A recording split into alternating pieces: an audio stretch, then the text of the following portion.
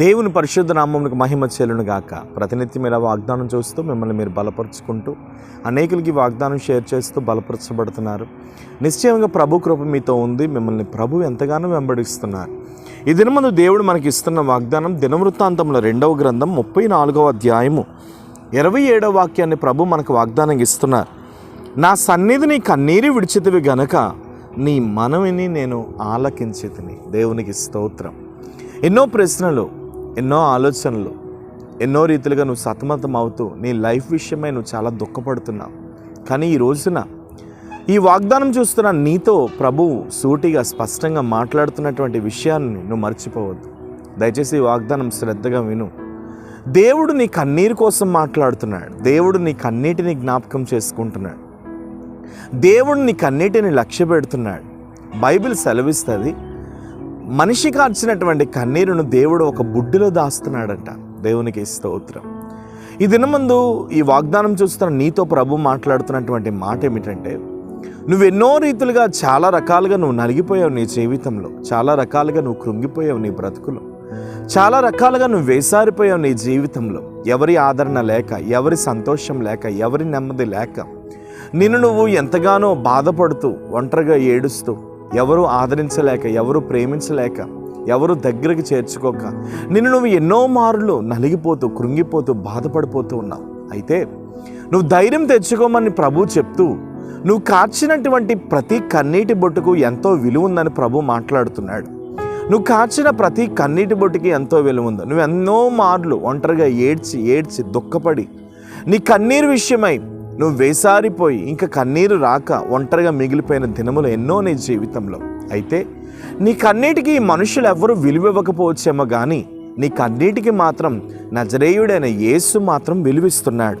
ఆ కన్నీరును చూచి, ఆ కన్నీరు దేని నిమిత్తమైతే నువ్వు కార్చావో, ఆ కన్నీరు దేని నిమిత్తమైతే నువ్వు ఒలికించావో, ఆ కన్నీరు దేని నిమిత్తమైతే నువ్వు కుమ్మరించావో, దేని విషయమైతే నువ్వు వేదన పడుతూ, ఒకవేళ నీ పిల్లల విషయమై, నీ భర్త విషయమై, నీ కుటుంబ విషయమై, నీ ఇంటి వారి విషయమై, లేదా ఒక ల్యాండ్ విషయమై, లేదా అప్పుల విషయమై, ఆరోగ్యం విషయమై, చాలా రకములైన సమస్యల నిమిత్తమై నువ్వు ఏడ్చి దేవుని సన్నిధిలో నువ్వు దేని నిమిత్తమైతే మనవి చేశావో ఆ ప్రతి మనవిని దేవుడు ఆలకించాలని మాట్లాడుతున్నాడు. దేవునికి స్తోత్రం.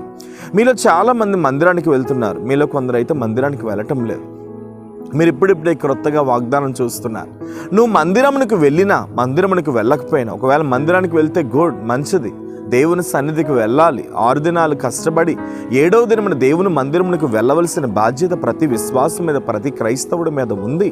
అయితే నువ్వు మందిరమునకు ఒకవేళ ఈ వాగ్దానం చూస్తూ ఇదే తొలిసారిగా నువ్వు వాగ్దానం వింటున్నామేమో, అయితే తొలిగా వాగ్దానం నువ్వు వింటున్నా, లేదా నువ్వు నలిగినటువంటి స్థితిలో ఈ వాగ్దానం వింటున్నా సరే, ప్రభువు మాత్రం నీతో మాట్లాడుతున్నటువంటి సత్యం ఏంటంటే, నీవు కన్నీరు విడిచుటని నేను చూచాను, నీ మనవిని నేను ఆలకిస్తున్నానని మాట్లాడుతున్నాడు.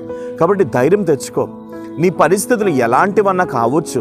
విడిపించడానికి ఏ మనిషికి శక్తి లేకపోయినా, విడిపించడానికి ఏ వ్యక్తికి అధికారం లేకపోయినా, నిన్ను ఎన్నుకున్న నీ దేవుడు, నిన్ను పిలిచిన నీ దేవుడు, నిన్ను ఏర్పరచుకున్న నీ దేవుడు శక్తి కలిగిన దేవుడు అనే విషయాన్ని నువ్వు మర్చిపోకు.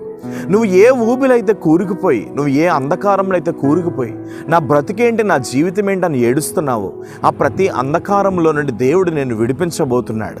ఆ ప్రతి సమస్య నుండి దేవుడు నిన్ను విడిపించబోతున్నాడు. ఆ ప్రతి కష్టం నుండి దేవుడు నిన్ను విడిపించబోతున్నాడు. కాబట్టి కుమార్తె ధైర్యం తెచ్చుకో, కుమారుడు ధైర్యం తెచ్చుకో.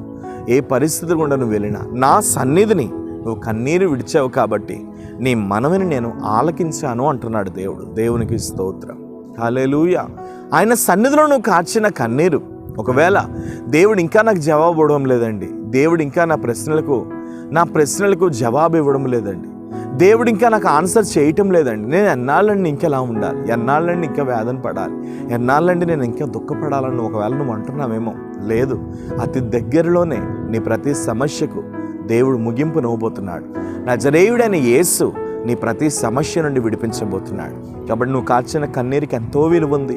ఎవరు నీ కన్నీటికి విలువ ఇవ్వకపోయినా, నీ స్నేహితులు, నీ బంధువులు, నీ ఇంటివారు, నీ బంధువులే, లేదా నువ్వు నమ్మిన వారే, లేదా నువ్వు నీ యొద్ద ఆహారం తిని నీ యొద్ద కూర్చొని నిన్ను ప్రేమిస్తున్నాను, నేను నీతో ఉన్నానన్న వారే ఒకవేళ ఈరోజు నిన్ను మోసం చేసి నీ కన్నీటికి విలువ లేకుండా భయంకరంగా నేను చిత్రవధం చేసి విడిచిపెట్టి వెళ్ళారా, అయినా నువ్వు వేదన పడొద్దు. నీవు నమ్మిన దేవుడు జీవము కలిగిన దేవుడు అనే విషయాన్ని నువ్వు ఎన్నడూ మర్చిపోవద్దు. ప్రేమ కలిగిన పరిశుద్ధ తండ్రి, ఎంతమంది అయితే ఈ వాగ్దానం చూస్తూ వారు కార్చిన కన్నీరు, వారు కార్చిన వేదన, వారు కార్చిన దుఃఖాన్ని బట్టి వారు వేదన పడిపోతూ నలిగిపోతూ దుఃఖపడిపోతూ ఉన్నారు, యేసు నామములో ప్రభువా వారి కన్నీటికి మీరు సమాధానం ఇవ్వమని ప్రార్థిస్తున్నాను. వారి కన్నీరును మీరు తుడిచివేయమని ప్రార్థిస్తున్నాను. వారి కన్నీరు కారుస్తూ దేని నిమిత్తమైతే మొర్ర పెడుతున్నారు, యేసు నామంలో దాని విషయమై జవాబు కలుగును గాక. కోర్టు సమస్యలను బట్టి ప్రార్థన చేస్తున్నాను, అలాగునని అనారోగ్య పరిస్థితులను బట్టి ప్రార్థన చేస్తున్నాను, కుటుంబ అక్కర్లను బట్టి ప్రార్థన చేస్తున్నాను. ప్రతి అక్కర, ప్రతి కోర్టు సమస్య యేసు నామంలో విడుదల కలుగును గాక.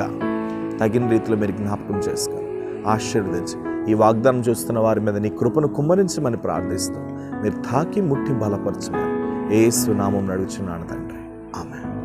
God bless you. దేవుడు నమ్మదగిన వాడు. నువ్వు కార్చిన కన్నీరుని ప్రభు చూస్తాడు, నీ మనమును ఆయన ఆలకిస్తున్నాడు. ధైర్యం తెచ్చుకో. Praise lord.